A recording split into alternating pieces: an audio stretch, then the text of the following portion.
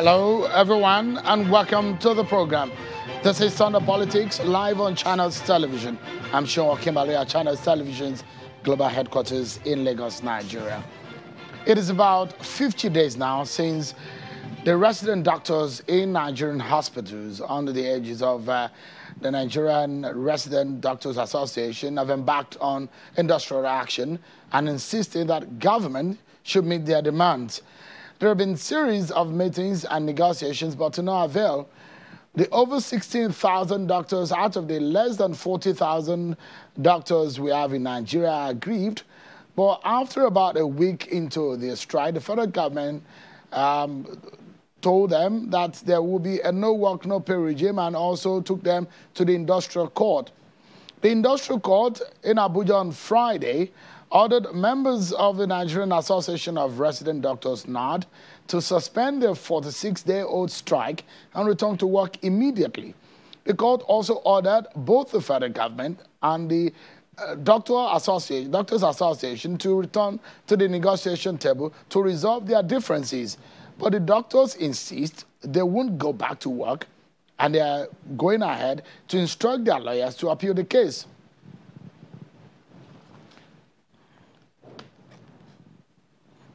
Tonight, we want to find out what happens from tomorrow morning on these umpires between the federal government and the doctors.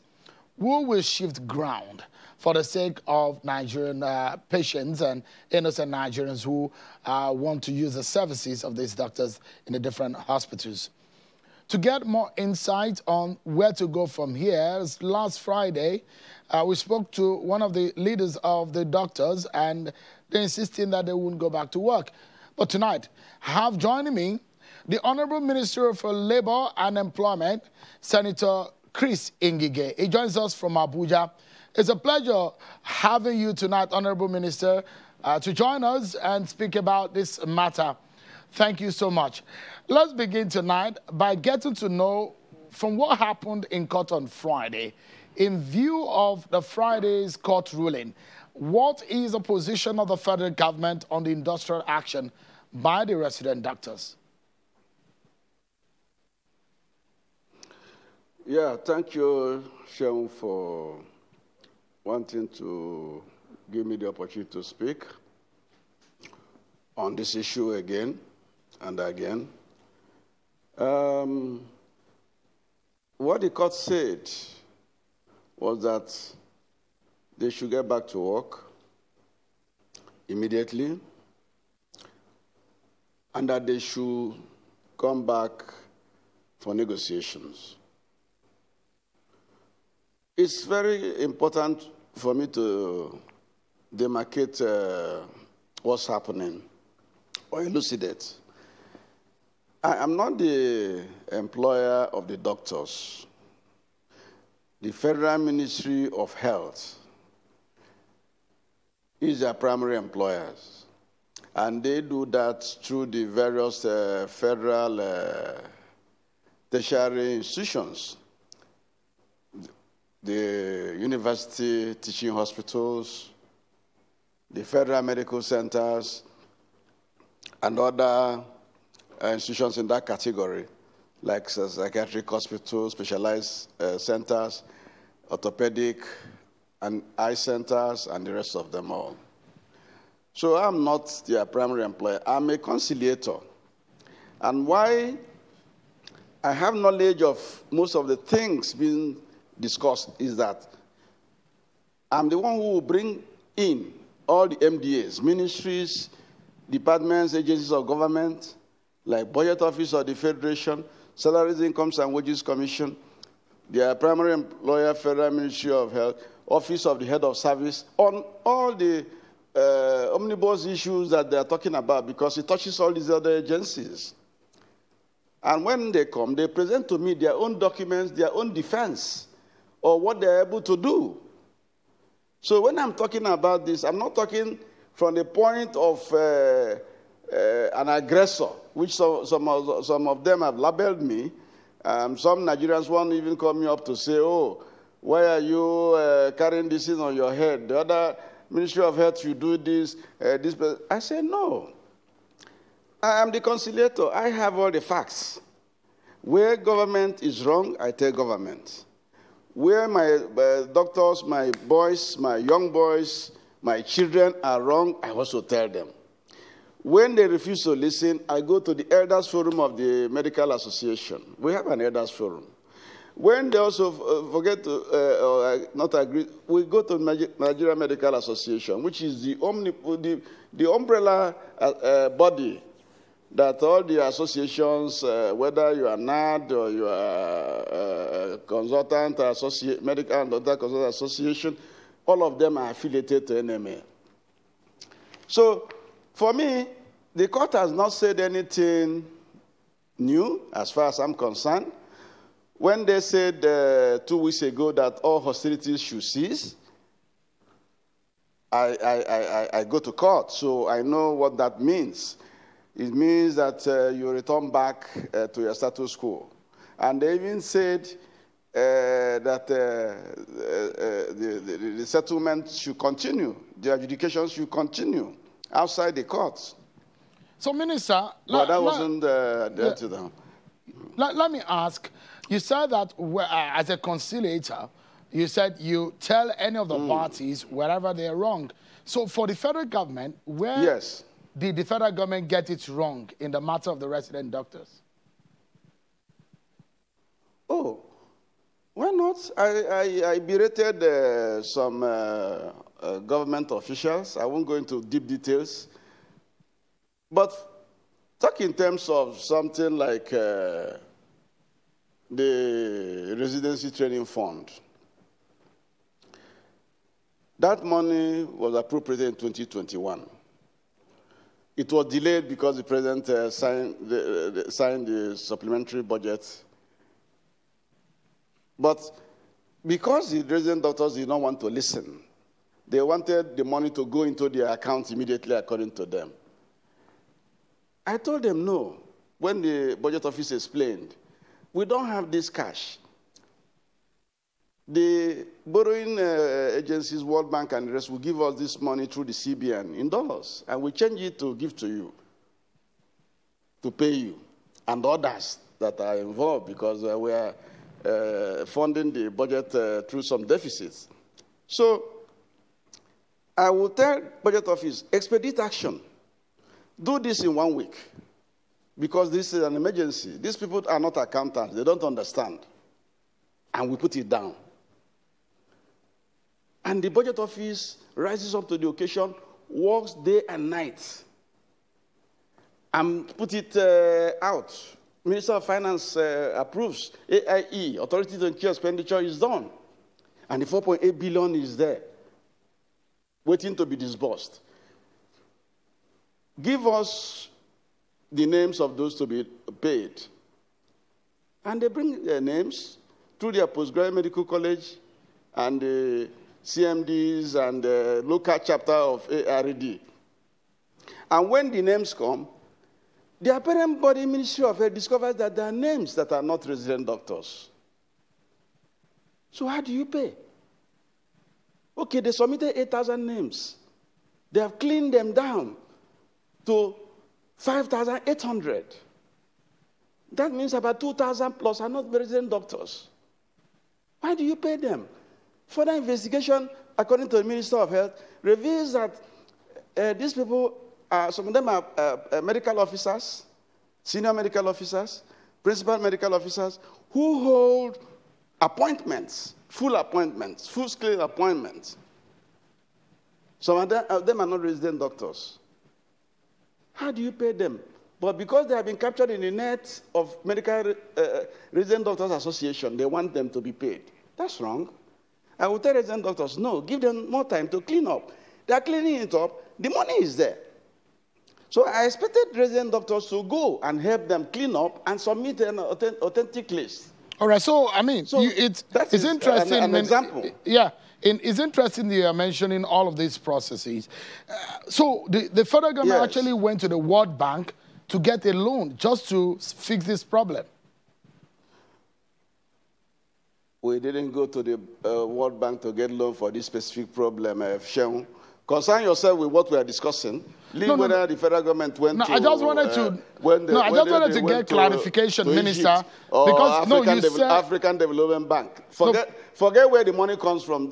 I've told you that we are doing some borrowings, and some of these borrowings, when we are cross-matching and the money is not enough, you can juggle. The finance minister can explain that to you. Leave me, I'm not a finance person. Okay, let me get to know, since the court has ordered that all parties should return to the negotiation table, how will that go? Yes. Oh, well, that is the court order that is prevalent now. I saw where a young man was saying, oh, they have appealed, asked their lawyers to appeal, do stay of execution, and the rest of them. I've been speaking with their lawyer, Femi Falana, but unfortunately, it doesn't seem to me that it's only Femi Falana that is doing this case. Because I spoke with him on Thursday before they went to court, and I know what we discussed, and I know what we agreed on, for them to come and sign the memorandum of understanding that was done on the 21st of August.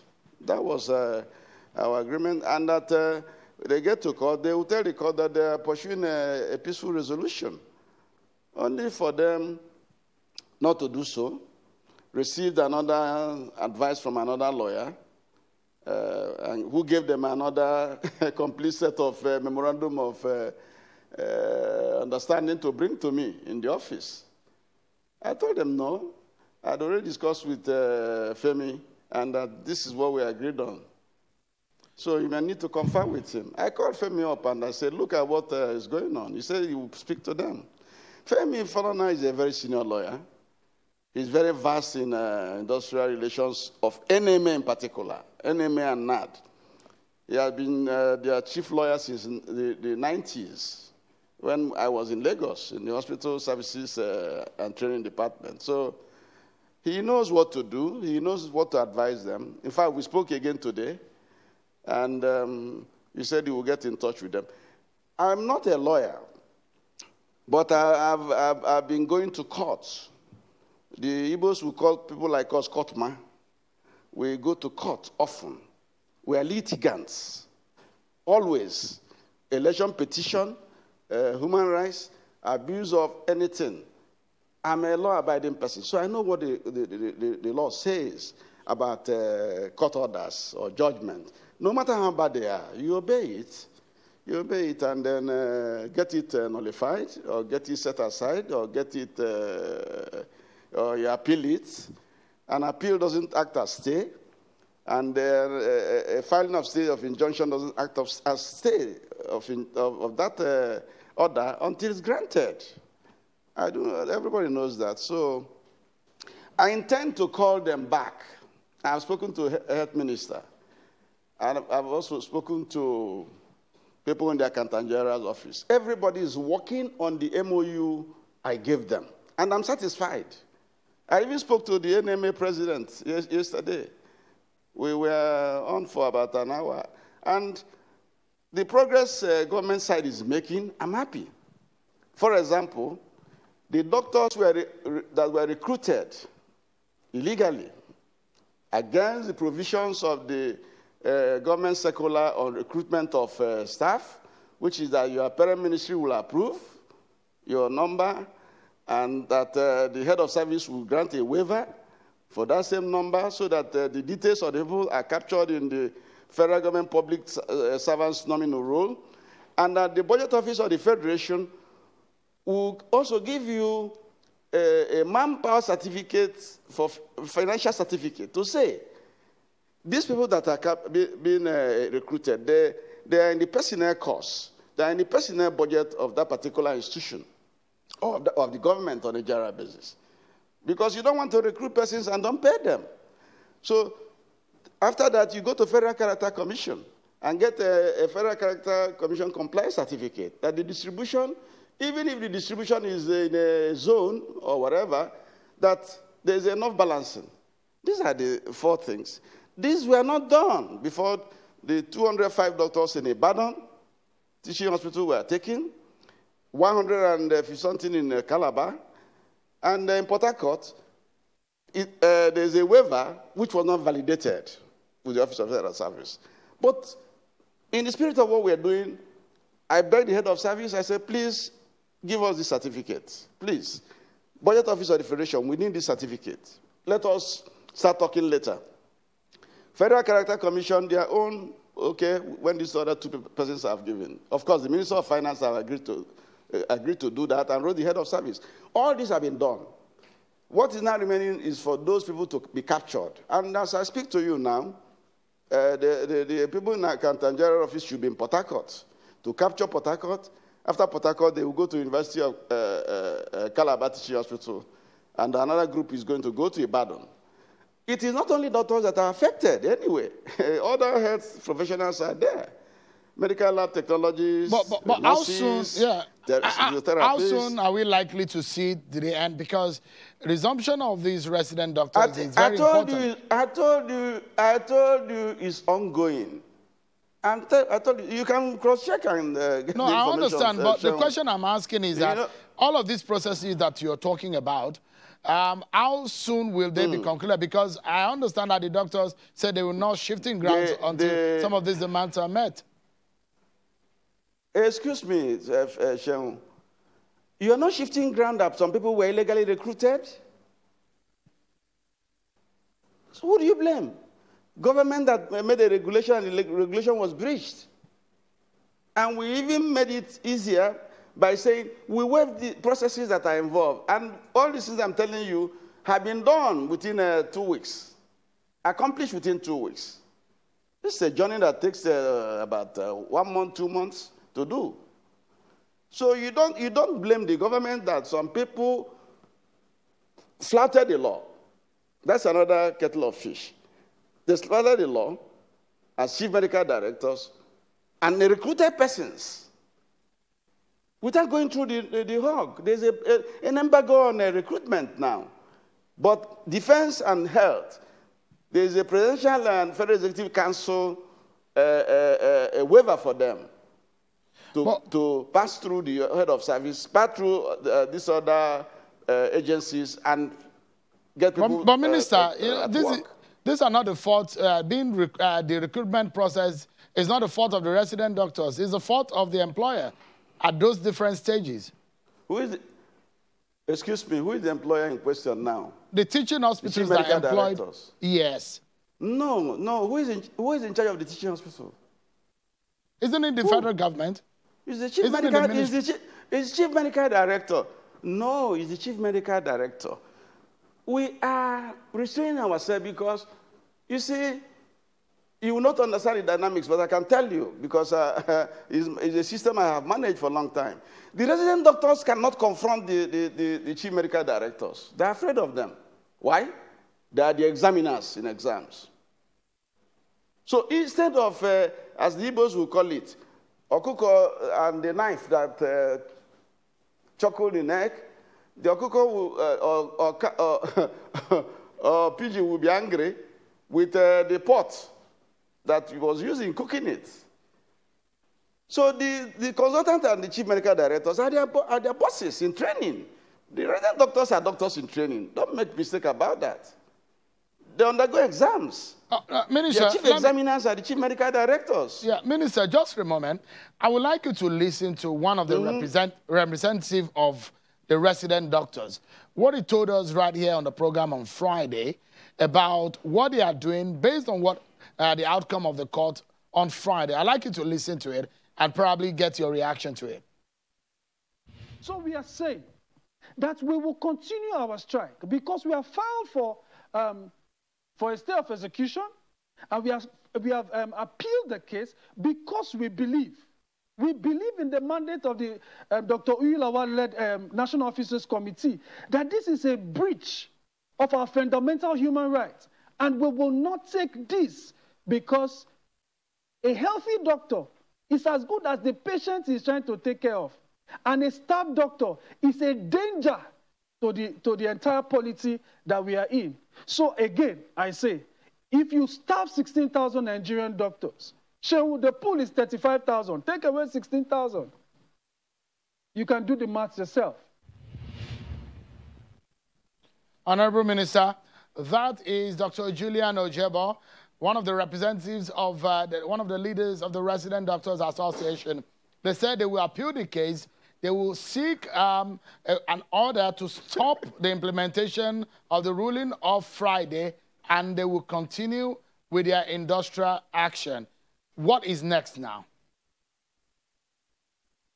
So, he's told me to comment on this. I don't want to comment. But if I give you an inkling of what he's saying and the implication, we will not suspend the strike. That is contemptuous. It's contempt of the court decision.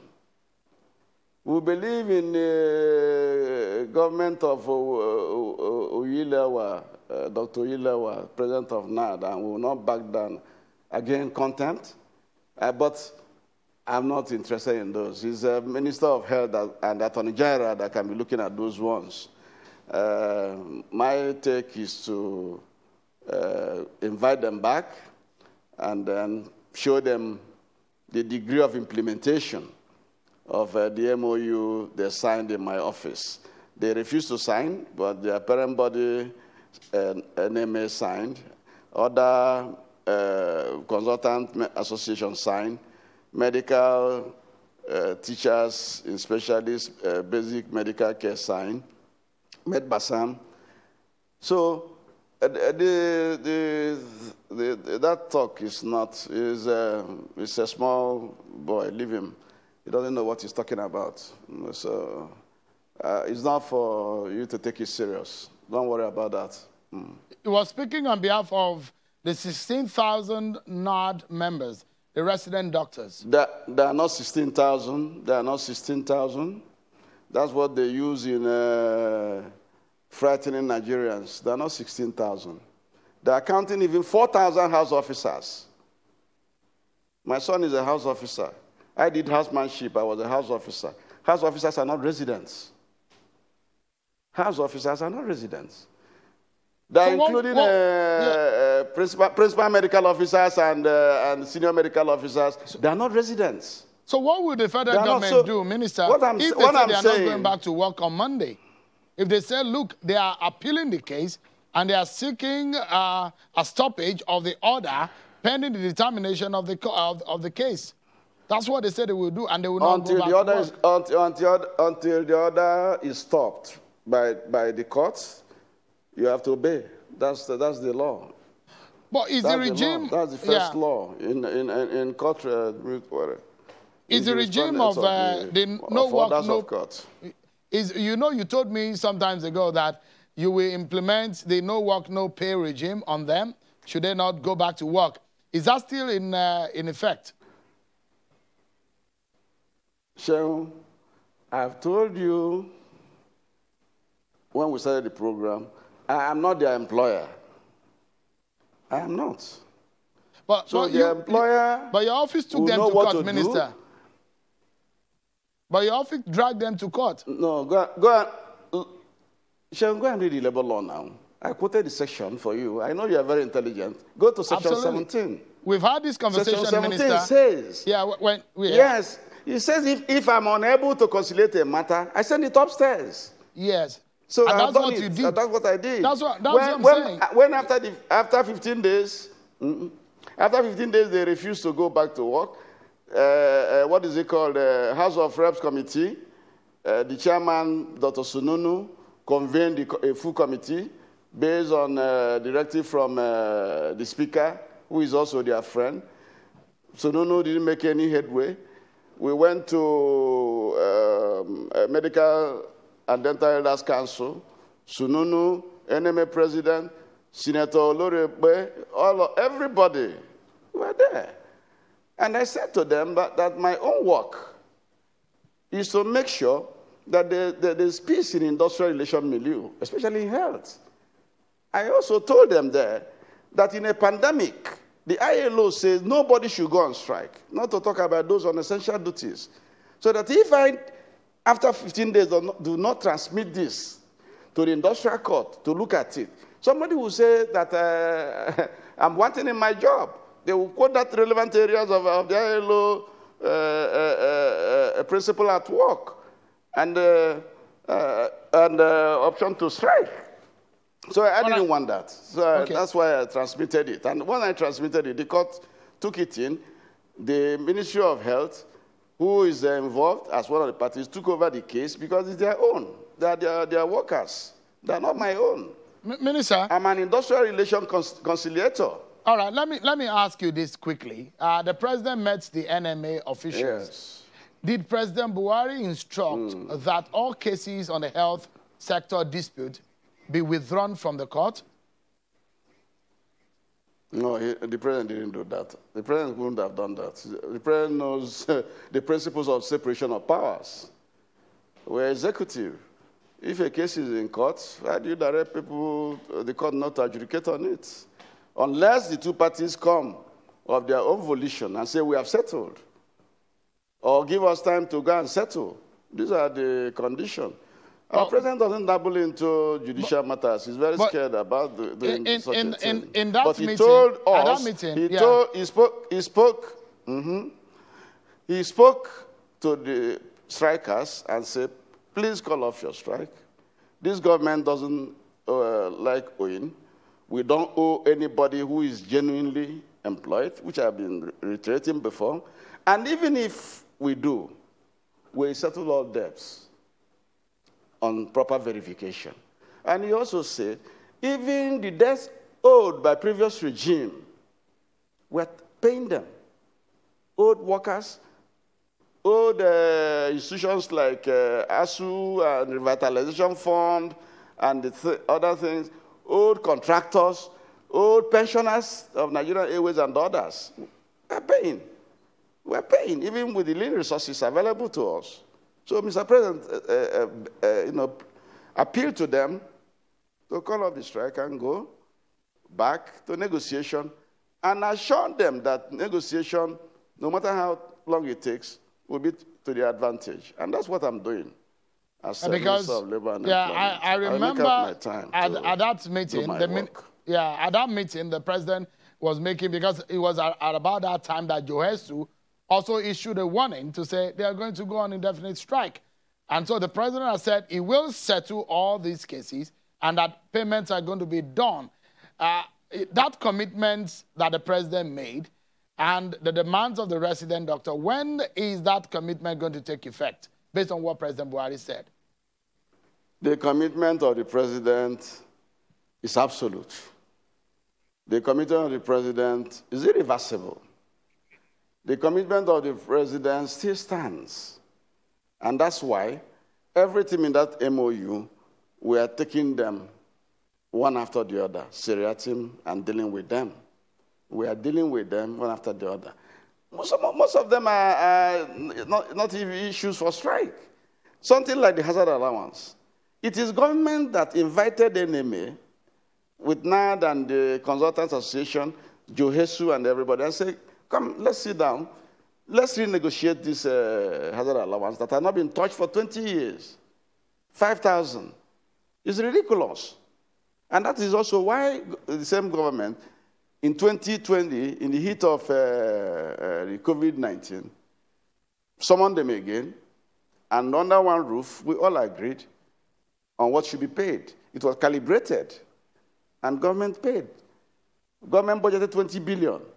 We found out 20 billion couldn't do much. It didn't finish it. Paid 32 billion. 12 more billion on the 20. 32. Even with that 32 billion, there are scattered pockets of institutions that were not covered and the rest of them all. It is even in their point of dispute. But payment on that have started just about 5 days ago. It will started because Honorable Minister, the institutions have non-complied and given the names. All right, let's take a breather. Stay with me for a moment, because when we come back, we'll get your closing thought on the way forward. Because we need to finalize on the conversation we are having and see perhaps a middle ground solution to all of these problems. So we come back to you, Honorable Minister, in a moment. But up next, We'll take a break, and when we return, renowned Nigerian professor of political economics, Patrick Utomi, will be joining me on the program on the issue of the economy and the way forward for Nigeria. That's when we're taking our closing moments with the Honorable Minister for Labor and Employment. Don't go anywhere, everyone. We'll be right back. Our problems are divided into two. One arm of our problem is policy. The other arm of our problem is payments. Okay? Now, let me take the policy. We are saying that the time interval for when one chief medical director changes or replaces one doctor in any federal teaching hospital or federal medical center is between 1 and 2 years. Change that policy. That is one of the things we're saying. Number two policy, we are saying stop the casualization of medical doctors as seen in over 23 centers, member centers of NARD, 23. Some of them have been casualized for 2 years. Some of them for 18 months.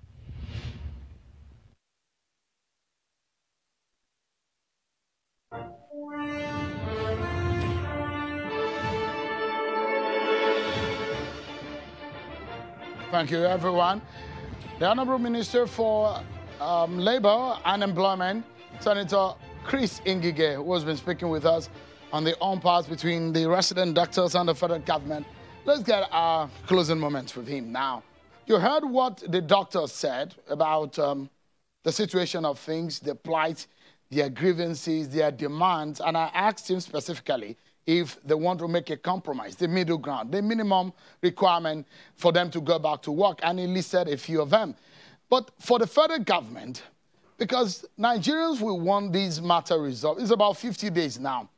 What is the minimum or the middle ground that the federal government can come to? Can you give us a promise tonight, Honorable Minister, that maybe by Wednesday or Tuesday, you will ensure that the resident doctors are back to work? Well, Femi, I will take it in my stride and tell you that, again, I'm satisfied with the pace of execution, what the federal government side, whether it's Office of Head of Service, whether it is Accountant General of the Federation, Budget Office of the Federation, Ministry of Salaries, Income, and Wages. I'm very satisfied with all they have done. I give you a typical example. Look at the circular they are talking about from Salaries, Income, and Wages. Immediately I looked at this circular, and immediately we looked at the government side. We advised the Chairman Salaries, Income, and Wages. This circular will lead to the, loss of income on the part of the consultants. They made Sabam also went to court, and the court granted them an order. No matter how good or bad the order is, you must obey. The federal government must obey. So much on that table, we asked them to revert back to the Commerce Consolidated Medical Service scale, which they were dropped from, because some of them had letter of appointment from their various universities. Placing them on Commerce ab initio and not on CONUAS, which is for academics. So, just like that, everything on this matter, we have done hop, step, and jump on it. All right. I spoke with the NMA president, and I told him. So I want to, the man who spoke last is the man you told me about before, who talked about 18,000, and I told you figure is not there. He's talking about policy. I don't know what policy he's talking about. The ratio of doctor, and it's not in their grievances. But he's injecting new things. But Minister, talked about what other thing did he talk about? Because I don't know about those things. We have just 30 seconds to go now. Tell us, Minister, what will happen going forward from this moment? Are we going to see a situation by, for example, Monday, that your office will withdraw the case from the industrial court and the doctors will be able to go back to work? Sharon, I don't understand you. I've explained to you how my transmission to industrial court happened. I understand. Due to Section 17. But we're looking for a middle ground solution. I'm fontus official. No, it's Ministry of Health. It's Federal Ministry of Health and Attorney General's office that can withdraw the matter from court. But the court has ruled and say, go and do some more settlement. But meanwhile, you go back to work and then continue the settlement. They have not gone back to work. So it is left for those who are plaintiff on the matter, the Federal Ministry of Health and the Attorney General's office, and, of course, the NMA and NAT, to come back to me and say, this is what we want. For me, it is a settlement that I want. But once the case has been reverted, the first port of call is for the case to be in Federal Ministry of Health. From there, it then start coming to me. Yeah, that is the route. And for me, I've advised the Minister of Health to see what he can do so that the discussion will start off immediately. I even told Femi Falana that this evening, that his clients should be advised. But unfortunately, like I said, he's not alone in the matter. If you are going to court or going to visit a lawyer, you should know that you should be aware of two things. If you meet a lawyer who likes more fees to come, he will perpetually want you to continue with the case so that the case doesn't end. But Femi is not in that group. He wouldn't advise that. So I want to appeal to NAT for them to reconsider their position, get back to work tomorrow or next, and then come back again for discussions. We have so many things to discuss. I have nephews who are resident doctors, Femi, Sheung. I have 3 of them in the East, at Nnamdi Azikiwe Teaching Hospital, at UNTH Enugu, at Orthopedic Hospital Enugu. I have so many of them. I have my son, house officer. I have my daughter who is joining the husbandship in October. I have a son who is, God willing, going to graduate again October, November in medicine. So I cannot destroy the profession, but I have to protect the profession too. All right. Minister, we need to leave it at that. Is a house, the Ngige house full of doctors. And we hope that with your experience and your interest, we might be able to resolve all of this. Thank you so much, Dr. Christopher Nwabueze Ngige, Honorable Minister for Labor. Christian, is it? Thank you so much, Honorable Minister, for your time. I appreciate it. Thank you so much for your time today. I welcome you. Thank you. Great. Thank you. Yeah. Let's do gears now, everyone. Last week, President Muhammadu Buhari wrote to National Assembly seeking approval to borrow $4 billion and 710 million euros from bilateral and multilateral organizations to fund the deficit in the 2021 budget. According to the letter, which was read on the floor of the National Assembly on both chambers, the President and the Speaker of the President of the Senate and the Speaker of the House of Representatives says that the loan request is an addendum to the 2018-2020 borrowing plan of the federal government. President Buhari was also seeking approval for grant components of $125 million. Further explained that the need to borrow more funds is to meet emerging needs and ensure that all critical projects approved by the Federal Executive Council as at June 2021 are incorporated. Also, Nigeria's inflation slowed in August for a 5th straight month to 17.01% after the rate at which food prices increased fell. Figures from the National Bureau of Statistics shows a consistent decline. That came after days of revelation that the GDP has grown by 4%, but the Naira keep weakening. What a dynamic. Let's get a sense of some of these stories for you. I'm being joined by a professor of political economics, Professor Pat Utomi. He joins us from Ikoyi area of Lagos. Thank you so much, Prof. It's good to see you. And thank you so much for coming on the program tonight. Let me first and foremost get your view on the state of the economy. First, on the recent request for loans. Has the federal government committed any misdoing wanting to borrow more money? Well, Sheung, the first thing that I want to say is that our country is going through a very trying period. This is a time for statesmen to emerge and not people who argue partisan positions on things. Our challenge is very, very clear and simple. The Nigerian economy, in spite of the 4% that you mentioned, is not growing in any way or shape that can accommodate its needs as a country. The kind of population growth rates that we have, the place that we are located today, on the scale of poor countries. I guess we've been called the poverty capital of the world. It means that in terms of absolute numbers of people who are living in absolute poverty, this is one of the most terrible places to live on earth.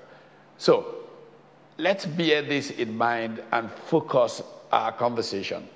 Now, coming to the debate that's been going on over whether borrowing is reckless, reasonable, and justifiable. Some people are trying to justify why not, why not. I think that we are not putting things properly in context. Well, first of all, you can justify anything with statistics. You know what they say? There are lies, there are damn lies, and there are statistics. So let's get the whole statistics thing out of the way and just think and be logical. And let's also bear history in mind. It is not the first time in our history that we have been in these kinds of dire straits. So let's draw lessons from that historic track and use it to reflect on what we need to do. In terms of the statistics that are being bandied about, yes, in an absolute sense, the fact of borrowing $4 billion is not necessarily something that will kill Nigeria. Even though if you look at how much of our revenues are now going into servicing debt, you have to worry. Now, however, there's a converse point here. This country needs to grow like crazy, and it cannot grow unless you invest. So the real issue is the targeting of borrowed funds. Am I convinced that the targeting is enough to drive the kind of growth that will facilitate amortization of this and enable the economy to be able to grow in a sustainable manner? I'm not being given enough information to believe that that is the case. You know, back in the 70s, when General Obasanjo was head of state, oil price volatility, and let's be very frank, part of the reason where we are is that oil price drops during the heat of last year, compounded, of course, by supply chain challenges brought about by the lockdown of COVID, led to revenue shortfalls of a significant nature. Because we have failed to do something we have advertised that we're doing literally every year for the last 30-something years, which is to diversify the base of the Nigerian economy. Do I see a plan that shows me that these borrowings will facilitate that diversification of the base of the Nigerian economy? My straight answer to you is no, I don't see that plan. I think that we have to develop a clear national strategy. If we have a clear national strategy which looks at how growth can take place in a sustainable manner in this economy, then we can borrow. We can borrow twice, 3 times as much as we are borrowing now, and I won't be afraid. What I'm afraid of is that we're likely to just borrow to fill the needs of the moment in terms of meeting our recurrent expenditure challenges of now. And then we're in a deeper, deeper problem. When we had similar challenges in the 70s, what happened at that time was, first of all, we'd had, of course, oil prices going up. We believed we could do many things. Even the Western banks were telling us that we were under-borrowed. I still remember General Obasanjo sending off General Oluleye, who was Minister of Finance, was then called Federal Commissioner for Finance, to go off in search of jumbo loans. And some people screamed at that time, look, what is this we're doing? I said, no, we're under leveraged, we're under borrowed, we're, our capacity, of course, looking at oil income, our capacity to service those loans was supposed to be there. But what happened? We're suddenly in a debt trap. It's an irony that it took General Obasanjo returning to power many years after to work to get rid of the overcast from the debt trap that we fell into. All right, Prof. As a result of thinking under him. Let me just ask some like 2 or 3 straight questions. Are we in another debt trap right now? We seem to be moving into one. If we don't, look, I was talking to the first debt trap, and the way that General Obasanjo reacted to it, which was very appropriate, he immediately recognized, one, that you had to cut expenditure deep and dramatic. And it came both in real cuts and in symbolic cuts. I remember his famous statement back in the 70s that we're going to cut our coat, not according to our size, but according to our cloth. He made sure that executive protocols were completely sliced off. The head of state, his official car was a Peugeot 504, and nobody in the public service went beyond that point. So, Prof, those were both symbolic and appropriate. So those kind of measures that happen. But do you see any savings right now? Yeah, so the question is that, what would you prefer right now to fix? You said we are gradually walking into another debt trap. What would you prefer as a solution for us not to enter into another debt trap? Okay, a couple of things. First, we have to trim the cost of government dramatically. We have to take the Oronsaye report and begin to implement it with seriousness. We've got to cut the frills. All the motorcades, all the rubbish that goes on in the name of power and governance needs to be gotten rid of. And when we reduce our costs, first, the people we are going to try to borrow money from will see that we are serious. That's why IMF has conditionalities, because they don't want you coming to borrow money and being profligate with the money that you have borrowed, because your ability to service that money is impaired.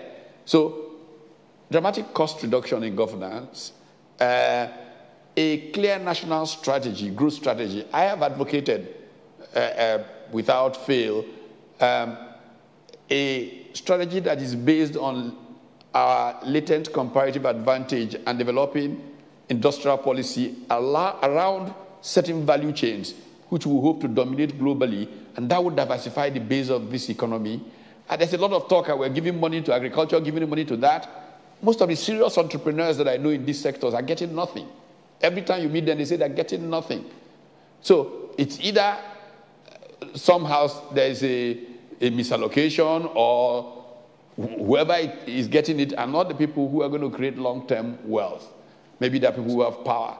So, but we need to essentially be clear about our national strategy, focus on production, production, and production. Let me ask you another question, and I'm not trying to drag you into any political bias conversation now. I'm trying to get a national conversation. And the question is, with the indices that we have, the GDP growth, the inflation, in fact, some of the analysts have they predicted about 2% of GDP, we got about 5%. How would you rate the handling of the economy under this government? Will you rate it high or low? Well, Shehu, I think that you're stepping right into what you say you don't want to do.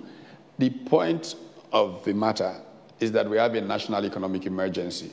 It's not a matter of who handled it, how did they handle it. No, but I just wanted to know that sometimes, you know, when you're in a crisis situation, whether or not the handlers are doing the right thing, or we are just in a panic mode and we are going down the slope. I just wanted to... I would handle it. I would handle it differently, but who says that my handling will be better, but it will be different for sure? I definitely will handle it differently. So, but in this kind of emergency that we are in, what would you suggest as perhaps the most important thing, one single thing that needs to be done first and foremost, perhaps that this government is not doing? What would that be?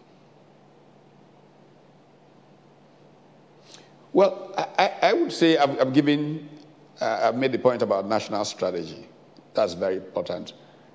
I still don't see a clear national growth strategy. We've entered the fourth industrial revolution. What is the way we are realigning and aligning our economy to the future. We see that we are in energy transition era. Is this economy really prepared for energy transition? Does it really act like a country that understands where crude oil will be in 20 years? All of these things frighten me because we are misaligned. We are not thinking in the direction that will give our children a better tomorrow that they deserve. That's what I perceive, and I can be wrong, but let somebody else show me why I'm wrong, and let's have a rational public conversation, not a debate about you agree, we don't, partisan, you know, that's not, you know. I have one more question for you, Prof, but I need to quickly take a commercial break, and I'll be right back to throw that question. Thank you so much, everyone. Let's close the program now, but before we do that, there's one question I'd like Professor Patu told me to answer or to respond to. Prof, I'd like you to listen to what Dr. Akim Baba Ahmed said, perhaps a reaction to what the Southern governor said about 2023 presidency. And this is a reaction of Dr. Akim Baba Ahmed. Quickly, let's take a listen to him. We lead Nigeria the way we have led Nigeria before. Whether we are president or vice president or whatever, we will lead Nigeria. Not because we are better than anybody else, but because if you are doing a democratic game, the votes say vote who you want. We have the majority of the votes. Why do we need to accept a second-class position when we can fight for and get a first-class position? Why? Why does anybody need to threaten us and cajole us? Prof, just in about 60 seconds, if you may, I'd like to get your view. The Southern governor said the presidency should go to the South in 2023, but listen, you've heard what Dr. Akim Baba Ahmed said. Yeah, well, I'm not sure I have the full context. Dr. Akim Baba Ahmed is a friend of mine, and I've had many conversations with him, and I'm not sure that he is anti-democratic. It would be dangerous for us to begin to slice this country into we have a majority. Who are we? We means who? It means people who align with a particular point of view, and they can come from anywhere in Nigeria. So I don't think that Dr. Akim Baba Ahmed saying we have a majority makes a lot of sense in the way that I understand democracy. If you begin to slice and dash on ethnic basis, it can be shown that the North is not a monolith, and that in fact, the North, as we perceive it, might turn out to be a major minority in Nigeria, because the North can be fractured into so many ethnicities that you can't think of the North as an ethnic bulk. And alignments can take place in Nigeria that can isolate those that think they're a majority into a minor minority. So I'm sure that's not what he means, because he's too smart to think that way. Professor Patu Tomi, political economics, it's always a pleasure having you speak on some of these very critical national issues. I must sincerely appreciate you for your time tonight. Thank you so much, Prof. Pleasure's mine. Thank you. And that's how we draw the curtain tonight on the program. Many thanks, everyone, for watching. I'm Sean Kimbale. Bye-bye.